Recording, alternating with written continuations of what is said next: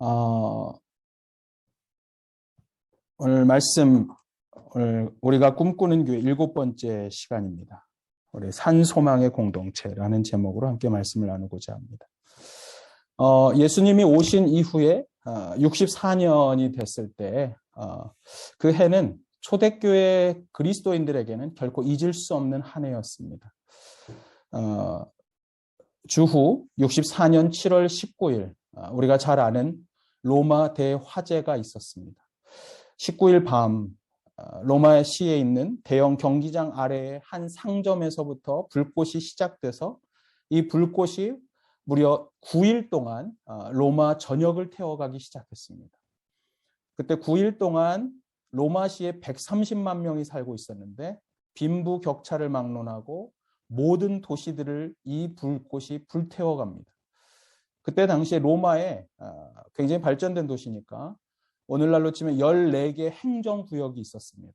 그 중에서 무려 3개 구는 완전히 전소했어요. 다 탔고, 그리고 나머지 7개 구는 절반씩 타서 14개 행정구역 가운데 무려 10개의 행정구역이 로마시가 다 불태워졌던 그 해가 바로 예수님이 오신 이후에 64년이 되는 초대교회, 우리가 잘 아는 오늘 베드로전서가 쓰여지는 배경의 때인 것입니다. 그때 로마 전체가 불태워지면서 많은 사람들은 폐허 속에서 황망한 마음을 갖고 그리고 좌절하고 있었습니다. 그런 로마 시민들에게 그리고 로마 제국 전체로 이런 소문이 흐르고 있었는데 어떤 소문이 흘렀냐 하면 그건 뭐냐 하면 이 바로 방화범이 누구냐? 그때 황제였던 네로가 술에 취해서 로마의 밤하늘을 붉게 물들인 불꽃을 보면서 시를 짓고 연주를 하면서 술에 취해 있었다.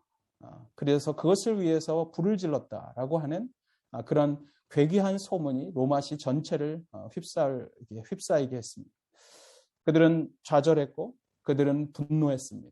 그러던 어느 날 이 네로가 이런 자신에 대한 좋지 않은 소문이 있는 것을 확인하고는 이런 소문의 근원을 바꾸기 위해서 그는 한 희생양이 필요하다는 생각을 했습니다. 그래서 그리스도인들을 붙잡았습니다. 그리스도인들을 박해하기 시작합니다. 그리고 그런 그리스도인들에게 똑같이 마치 그들이 방화범인 것처럼 그들을 화형에 처하게 했어요. 여러분 그림에 보시면 그림 오른쪽 위에 기둥들이 있는데 거기에 까맣게 오늘날로 치면 어떤 불에 잘 탈 수 있는 역청을 발라서 사람을 매달아 놨습니다. 그리고 아래에서부터 불길을 가져다가 위에 불을 붙이고 있는 이런 장면이 나오죠. 이게 뭐냐 하면 그리스도인들이 화형에 처해지는 것을 당시 네로 황제와 귀족들이 즐기고 있었던 것을 그림으로 표현한 것입니다. 그리스도인들은 체포됐고 그들은 고문당했습니다. 그리고 마치 그들이 방화범인 것처럼 똑같이 불로 그들은 화형에 처해지고 일부 사람들은 십자가형에 처해 있었습니다. 그때 당시 로마에 사는 그리스도인들의 10%가 불에 타 죽었다고 이야기합니다. 역사학자 타키투스에 의하면 이 대화재 이후에 로마시의 밤은 그리스도인들이 마치 불쏘시개처럼 불태워지는 그 불기둥을 보면서 로마시의 밤은 환하게 불타고 있었다라고 기록합니다. 수많은 그리스도인들이 자신의 그런 그리스도인이 되었다는 이유만으로 그들은 죽음에 처해졌습니다. 그리고 살아남은 자들은 로마의 또 다른 어떤 지하 동굴인 카타콤이라고 하는 곳에 숨어서 그들은 삶을 시작했습니다. 그리고 상당수의 그리스도인들은 로마를 떠나서 해외의 여러 지역 가운데 그리고 소아시아로 그들은 흩어져 갔습니다. 바로 그들을 위해서 그들이 흩어진 그리스도인으로서 그들이 박해 가운데서 또 다른 고난을 맞이하고 있는 그때 그들을 위로하기 위해 오늘 머리가 하얗게 흰 눈이 내린 그런 노장이 된 이 베드로전서 1장 1절에 있는 것처럼 그리스도인들을 위해 글을 쓰기 시작했습니다. 베드로전서 1장 1절에 보면 이렇게 기록합니다. 예수 그리스도의 사도 베드로는 본도, 갈라디아, 갑바도기아, 여기가 오늘날 터키가 있는 지역이죠. 그리고 아시아와 비두니아에 흩어진 나그네들에게 편지한다고요. 여기서 흩어진 나그네, 곧 신앙의 박해로 흩어졌던 그리스도인의 공동체를 격려하기 위해서 바로 베드로전서 1장 1절에 베드로전서를 기록했다고 이야기합니다. 따라서 베드로전서의 주제는 뭐냐 하면 그것은 바로 고난 속에서 우리가 어떤 소망, hope, 희망을 가질 것인가에 대한 것입니다. 여기 보면 흩어진 나그네라는 말이 바로 그리스도인에 대한 정체성을 가리켜줘요. 여러분, 경제적인 이유 때문에 혹은 자신의 욕심 때문이 아니라 초대교회 당시의 그리스도인들은 오직 예수 그리스도를 향한 믿음 때문에 그들은 자신의 집과 소유를 버리고 멀리 먼 곳에 타향살이를 시작했던 것입니다. 바로 그들을 가리켜서 그리스도인이라고 말해요. 그리스도인들은 예수 그리스도 때문에 기꺼이 박해받으며 흩어질 수 있는 삶을 살았습니다. 그런데 중요한 것은 이거예요. 그들이 그런 절망적인 상황 속에서도 그런 고난 속에서도 여전히 그리스도를 붙잡을 수 있었던 이유는 그들에게 남겨져 있는 아주 유일한 소망이 있었다는 사실입니다. 그리고 그런 그리스도인들이 모여있는 교회는 그의 이웃들에게도 여전히 희망의 공동체로 소망을 이야기하는 하나의 공동체가 될 수 있었다는 사실입니다. 중요한 것은 이것입니다. 그렇다면 오늘을 살아가는 우리들에게 있어서 정말 고난을 겪을 때도 있고 고난 가운데 살아갈 때도 있는데 그런 그리스도인들에게 과연 어떤 소망이 주어졌느냐 하는 것입니다.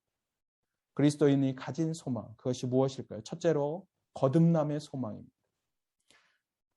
여러분, 우리 그리스도인들에게 있어서 희망이 언제 시작됐을까요? 그리스도인에게 있어서의 희망, 그 시작은 바로 우리가 우리의 인생에서 예수님을 처음 만난 날입니다. 우리가 이 인생을 살아가면서 그리스도를 처음 만난 날, 나의 구주와 주님으로 예수 그리스도를 처음 만난 그날 우리에게 희망이 시작된 것입니다. 오늘 보면 3절을 같이 한번 읽어볼까요? 3절 말씀 같이 읽어보겠습니다. 시작. 우리 주 예수 그리스도의 아버지 하나님을 찬송하리로다. 그의 많으신 긍휼대로 예수 그리스도를 죽은 자 가운데서 부활하게 하심으로 말미암아 우리를 거듭나게 하사 산 소망이 있게 하시며. 자, 여기서 보시면 찬양하는 이유를 뒤에 설명하면서 예수께서 우리를 찾아오시고 우리를 만나주신 이유를 3절에 뭐라고 기록합니까? 그의 많으신 긍휼대로. 다시 말하면 우리를 향한 하나님 아버지의 풍성하신 긍휼이 바로 우리로 하여금 예수 그리스도께서 만나게 하셨다는 사실입니다. 여러분, 인간에게 있어서 최대의 절망이 뭔지 아세요? 인생살이에서 사람들이 경험하고 있는 가장 큰 절망이 뭐냐 하면 그것은 바로 죽음입니다. 여러분, 우리가 작년에 코비드가 발생하면서 우리 교회에 특징적인 게 있었어요. 모든 사람들의 특징이라고 저는 생각해요. 내가 조금이라도 아프면 코비드가 있어서 이렇게 락다운 되잖아요. 교회 안 와요. 대부분 이유가 이거예요. 죽을까 봐. 한 분도 안 웃으시는데. 왜냐하면 교회 왔다고 혹시라도 오클랜드에서 누가 옮기지 않을까? 그 왜 그런 고민해요? 나는 고혈압이 있거든요. 저 진짜 고혈압이 있죠. 그러니까 내가 어떤 기저질환을 앓으니까 내가 죽을까 봐 걱정되는 거예요. 사람은요, 아무리 의술이 발전하고 지금 과학이 발전했음에도 불구하고 우리는 눈에 보이지 않는 이 작은 바이러스 때문에 오늘 집에 갇혀서 살고 있지 않습니까? 여러분, 정말 왼수 같은 아이들하고 24시간 지내려니까 얼마나 힘드세요. 쟤네들이 빨리 레벨 2 돼서 빨리 학교를 갔으면 좋겠다. 그런 분들도 있어요. 제가 보니까. 이미 그 시기를 보낸 분들은 아무 감흥이 없습니다만. 제가 드리고 싶은 말씀이에요. 우리가 병에 걸리거나 그래서 죽음이 우리 앞에 가까이 온다 그러면 여러분, 심지어 오랫동안 신앙생활 하신 분들조차도 믿음이 없는 말을 하는 분들을 많이 봅니다. 왜 그런 줄 아세요? 죽음이 그만큼 우리의 사람들 모두에게 절망을 준다는 사실입니다. 죽음은 인간에게 있어서 가장 큰 절망인 것입니다.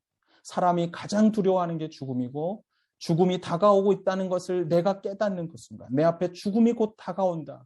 그래서 내가 사랑하는 이들을 만날 수가 없게 될 거라는 그 시한부 인생이 선언되는 그 순간 사람들은 다른 삶을 삽니다. 죽음이 무섭기 때문입니다. 그런데 오늘 성경을 보면 바로 그런 연약한 인간, 죽음이라는 것 앞에서 절망하고 희망 없는 그런 인생을 하나님께서 불쌍히 여기셔서 그 하나님의 사랑이 바로 예수 그리스도께서 이 땅에 오셔서 죽으시고 십자가에서 우리를 위하여 모든 죄를 담당하시게 하셨다는 것입니다. 그분의 사랑이 십자가를 만들어낸 것입니다. 그분의 사랑이 십자가의 은혜를 허락한 것입니다. 그러나 여러분, 우리 주님은 그 죽음을 담당하셨지만 죽음 앞에 항복하거나 죽음 앞에 눌려 있지 않았어요. 그분은 죽음을 이기시고 죄와 사망의 권세를 정복하시고 부활하셨습니다. 할렐루야. 여러분, 그분은 죽음을 이기신 분이십니다. 우리가 그 예수 그리스도를 나의 구주와 나의 주인으로 영접하는 그 순간 우리는 죽음을 이기신 그리스도를 따라 또 다시 우리는 죽음을 이겨내는 부활의 인생, born again, 새 생명의 인생으로, 거듭난 인생으로 살아가게 된다는 것입니다. 그러므로 거듭난 우리는 예수 그리스도를 걸머짐으로 말미암아, 성경에 그렇게 표현하죠. 바울이 내가 그리스도를 걸머짐으로 우리는 부활에 이르렀다. 그러면서 이런 말을 해요. 사망아, 죽음아, 너의 쏘는 것이 무엇이냐? 죽음을 우습게 여길 수 있는 게 뭐냐? 그게 바로 내 안에 예수 그리스도로 말미암은 거듭남의 소망이 있기 때문이라는 것입니다. 우리가 육체적으로 이 세상에 태어날 때 우리는 죄로 인해서 절망을 안고 태어납니다. 두려워하는 인생, 죄 가운데 끌려가는 인생, 그리고 죽음 앞에 좌절하는 인생. 그러나 예수 그리스도를 믿음으로 영적으로 다시 태어나는 순간, born again 하는 그 순간 우리는 새로운 소망을 가슴에 품고 다시 태어나는 것입니다. 그러므로 우리가 붙드는 이 소망은 살아있는 소망이요, 우리가 붙잡고 있는 나를 살리신 예수 그리스도, 그분이 우리의 소망이 되시기에 죽음을 이기신 주님께서 우리의 삶을 또한 살리실 것을 믿는 것입니다. 어떤 고난을 겪을지라도 그 소망을 붙드십시오. 우리는 주님과 함께 어떤 고난과 역경도 다 이길 수가 있는 것입니다. 하나님께서 우리에게 은혜로 이 산 소망을 주셨기에 우리는 결코 절망하지 않습니다. 우리가 정말 살아있는 소망이신 예수님, 그분을 붙잡으면 결코 우리는 좌절하지 않아요. 로마 당시에, 그때 당시에 대화재로 인해서 수많은 사람들이 믿음을 따라서 카타곰에 숨겨져 들어갔습니다. 그때 카타곰에서 살아냈던 삶의 이야기를 폴리캅이라고 하는 사람이 글에 남겼어요. 그 글이 뭐냐면 카타콤의 순교자라는 거. 어느 날 13살 먹은 한 아이가 카타콤에서 잠시 나왔다가 로마 병사에게 붙잡혔습니다. 그를 향해서 말합니다. 네가 예수를 부인하면 너에게 내가 자유를 주겠다. 그때 이 13살 먹은 아주 작은 어린이는 이런 말을 했습니다. 내 주님은 단 한 번도 저를 부인하신 적이 없습니다. 예수님은 나를 만나주신 이후에 내가 어떤 삶을 살더라도 나를 한 번도 부인하신 적이 없는 나의 소망이십니다. 그런데 내가 그분을 부인하라고요? 그는 그럴 수 없다는 말을 남겼어요. 여러분, 그것이 진정한 산 소망을 가진 자의 용기인 것입니다. 오늘 우리가 인생을 살면서 우리는 결코 무너질 수 없고 내 인생을 다시 살게 하고 어떤 죽음의 위험 앞에서도 견디게 하는 힘이 되는 죽을 수 없는 소망이신 예수 그리스도, 그분을 우리는 붙잡고 있습니다.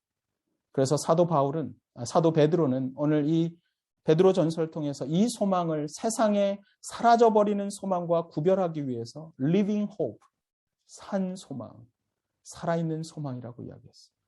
저는 우리가 산 소망이 되시는 예수 그리스도를 모시고 저는 여러분들이 날마다 살아나는 인생을 살았으면 좋겠어요. 절망 중에서도 살아나고 고난 중에서도 살아나고 어떤 역경 중에서도 산 소망이신 그 주님과 함께 살아나는 인생을 사십시오. 여러분, 답답하지만 아침마다 우리의 산 소망이신 주님을 붙잡고 여러분 생기 있게 믿음으로 살아내는 인생을 살기를 주님의 이름으로 축원합니다. 두 번째로 우리에게 있는 소망이 뭐냐? 그것은 하늘의 소망입니다. 하늘의 소망. 우리가 인생을 살면서 여전히 소망 가운데 살아갈 수 있는 이유, 그것은 뭐냐면 주님께서 우리에게 하늘의 나라의 유업을 준비하셨다는 것. 우리에게 하늘나라의 유업이 있어요. 유업이 영어로 inheritance, 영어 성경에 그렇게 써 있습니다. 뭐냐 하면 부모가 자녀에게 물려주는 모든 유산입니다. 모든 재산, 남겨진 유산. 우리가 거듭나서 새 생명을 얻는 그 순간 우리는 하나님을 아버지라고 부르게 돼요. 다시 말하면 우리는 하나님의 자녀가 되는 것입니다.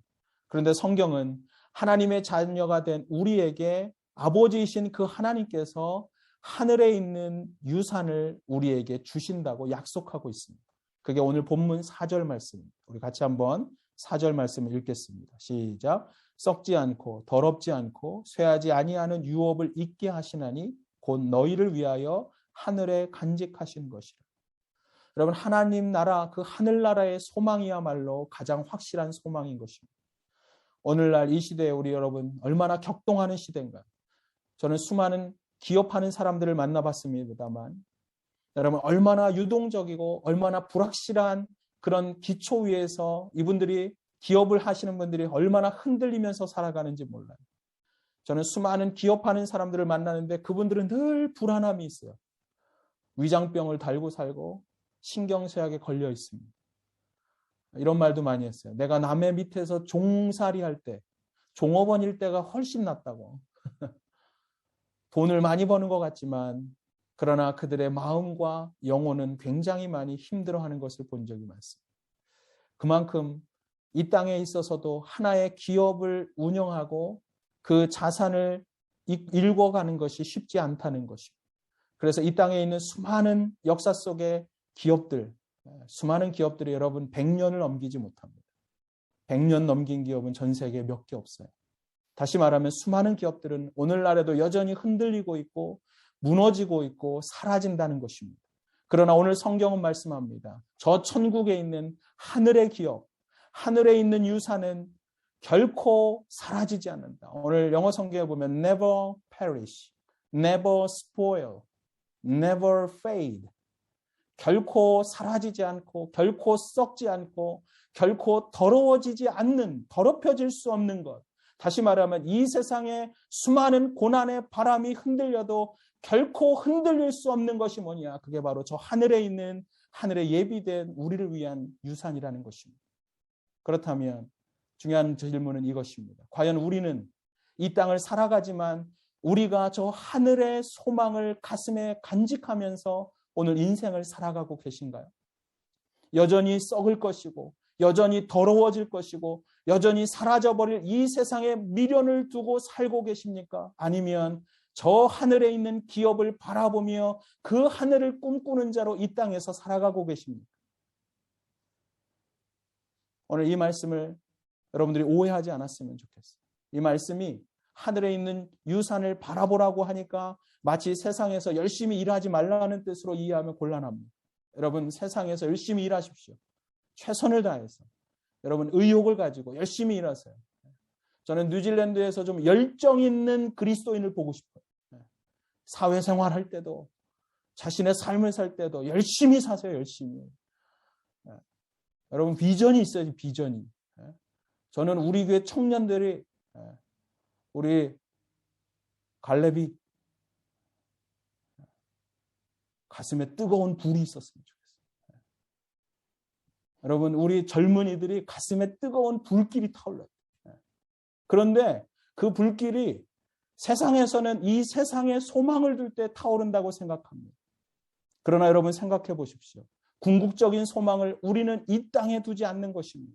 우리가 이 땅이 아니라 저 하늘에 우리의 소망을 두는 순간 우리는 오히려 이 세상의 어떤 것에도 눈치 보지 않고 이 세상의 어떤 소리에도 흔들리지 않는, 변하지 않는 한 가지 목표를 향해서 인생에서 살아갈 수 있는 꿈틀거리는 뛰는 가슴을 가질 수가 있는 거예요.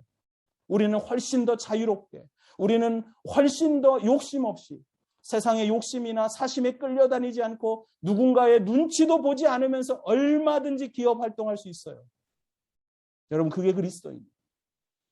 진정한 사람의 눈치 보지 않고 사람에 매이지 않으면서 오직 하늘에 계신 하나님께만 소망을 둔 자는 진정한 섬김의 삶을 살아갈 수가 있다는 것입니다. 저는 우리 교회 성도님들이 하는 기업이 하나님의 기업이 됐으면 좋겠어요. 여러분들이 하는 모든 기업을 통해서 많은 유익이 남기지만 그러나 그것을 볼 때마다 사람들은 저 사람 부자네 이 소리가 아니라 저 사람을 통해서 하늘의 소망이 있는 사람이라는 것이 눈에 보일 수 있었으면 좋겠어요.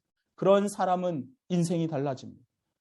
그런 사람은 진정 하늘의 소망을 두었기 때문에 이 세상의 어떤 것에도 끌려가지 않는 진정한 하나님의 마음으로 누군가를 섬길 수가 있는 거예요.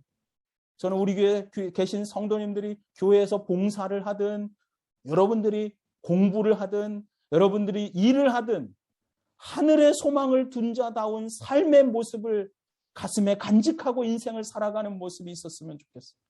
그러면요 훨씬 여러분 행복해요. 여러분이 왜 질투하나요? 여러분 인생 살면서 누가 잘 되면 자꾸 뭐가 그렇게 올라와. 여러분 사심이 있어서 그래요. 세상에 소망을 두는 인생은 그런 마음이 계속 올라옵니다. 그러나 하늘에 소망을 두면 세상에서 뭐가 잘 되든 안 되든 그 사람의 잘됨과 안 되는 것에 상관없이 그 사람을 하늘의 눈으로 바라보면서 행복해하게 되는 거예요.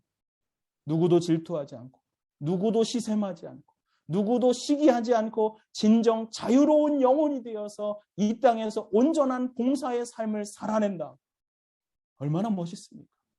여러분 그런 사람, 하늘의 소망을 품은 자만이 오늘 이 시대의 고난의 시대를 의연하게 견딜 수 있는 사람인 것입니다. 그리고 이 소망이 없어 보이는 세상 속에서 진정한 하늘 소망을 선포하고 증거하는 세상의 진정한 희망의 공동체가 되는 것이 바로 그때 우리의 삶의 모습입니다. 저는 여러분들이 그런 삶을 살아내길 바랍니다. 자, 우리가 세상을 살면서 어떤 소망을 가지고 사나요? 세 번째로 그것은 보호하심의 소망입니다. 보호하심의 소망. 다른 말로 하면 우리가 희망을 가지고 여전히 이 세상에서 살아갈 수 있는 이유는 하나님의 능력이 우리를 보호하시고 있기 때문이라는 것입니다. 초대교회 당시에 전 세계로 고난을 당하면서 박해 가운데서 흩어졌던 성도들이 또 다시 고난을 당할 때 여러분 얼마나 그들의 마음속에 이 신앙을 포기하고 싶었을까요? 그들이 목숨을 위협하는 박해를 고난을 그런 서퍼링 그 고난 앞에서 그들이 살아내기 위하여 애를 쓸 때마다 신앙을 포기하고 싶은 유혹이 그의 가슴 속에 깊이 이런 질문을 만들어내지 않았을까요? 내가 과연 이 박해 앞에서 이 믿음을 지켜낼 수 있을까? 내가 이 믿음을 지켜내는 게 가능할까? 스스로에게 묻지 않았겠습니까? 그때 오늘 베드로는 이렇게 이야기하는 것입니다. 오늘 본문 5절입니다. 너희는 말세에 나타내기로 예비하신 구원을 얻기 위하여 믿음으로 말미암아 하나님의 능력으로 보호하심을 받았다. 뭐라고 말씀하세요? 마지막에 결국에는 예비하신 구원을 얻기 위하여 하나님의 능력으로 보호하심을 우리가 받았다고 말해요. 이 말씀을 보면서 어떤 사람들은 이렇게 말합니다. 마치 구원이 마지막에 가서야 비로소 얻어지는 것처럼. 그래서 교회 안에서도 보면 예수님 영접하고 자신이 구원받았다고 확신하지 못하고 살아가는 인생들이 얼마나 많은지. 저는 우리 교회 다니시는 분들이 그리스도의 복음을 깨닫고 거듭났다면 구원의 확신 가운데 살아가게 되길 바랍니다. 여러분 한 번 구원은 영원한 구원이에요. 영어에 이런 표현이 있어요. Once saved, always saved. 한 번 구원받으면 이 구원은 결코 흔들릴 수 없습니다. 이 세상에 어떤 것도 흔들 수 없는 영원한 구원인 것입니다. 그러나 성경을 가끔 읽다 보면 때때로 우리는 마치 구원을 잃어버리는 것처럼 그렇게 경고하고 있는 어떤 말씀을 볼 때가 있습니다.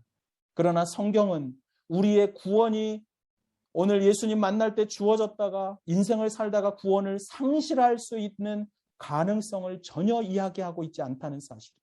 여러분들이 그 성경을 읽으면서 마치 구원을 잃어버릴 것처럼 해석한다면 여러분 잘못된 성급한 해석이에요. 존 칼빈은 이런 말을 했습니다.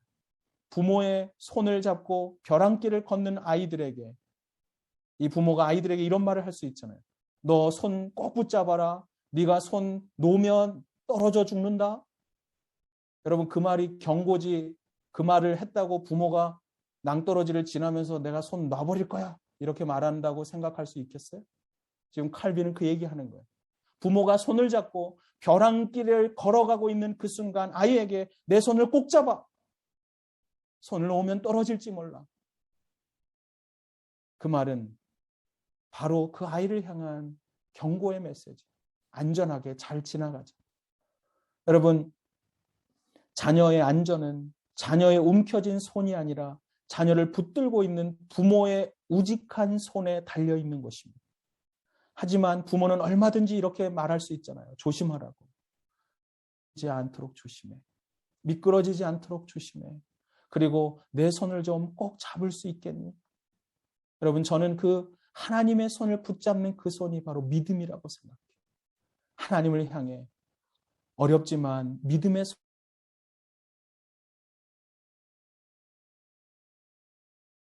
절에 이런 말씀을 했습니다. 내가 저희에게 영생을 주노니 영원히 멸망치 아니할 것이요 또 저희를 내 손에서 빼앗을 자가 없느니라.